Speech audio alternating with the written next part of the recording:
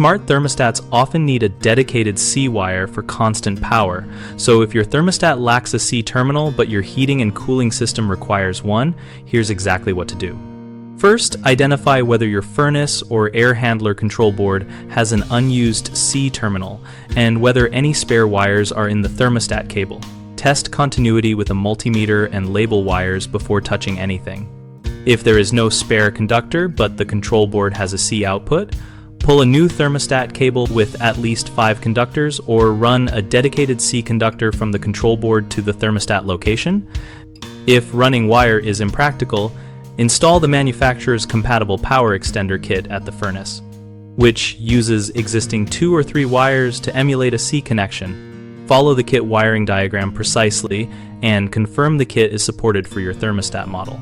If you choose to rewire at the control board, turn off all power at the disconnect and furnace breaker, remove the board cover, and attach the spare conductor to the actual C-screw terminal, not a chassis ground, and the other end to the thermostat's C-screw. Verify voltage under load is about 24 volts alternating current between R and C using a true RMS meter.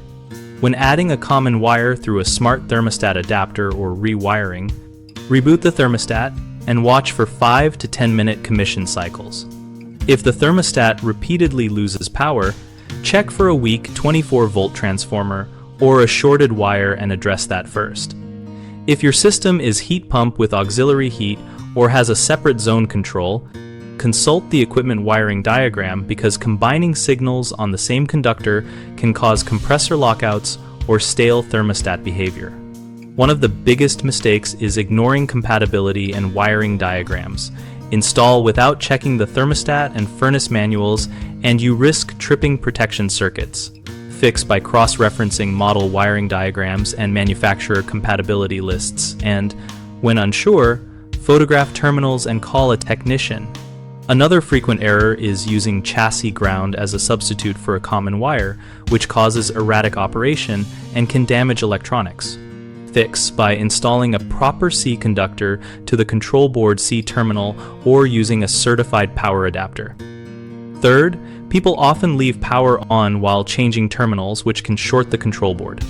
Fix by always shutting off the furnace power at the service switch or breaker, then verifying 0 volts before touching terminals and testing after restoration.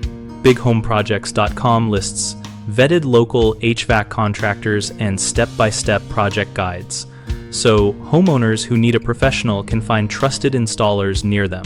For contractors, BigHomeProjects.com helps generate leads by matching their services to homeowners' projects and showcasing verified credentials.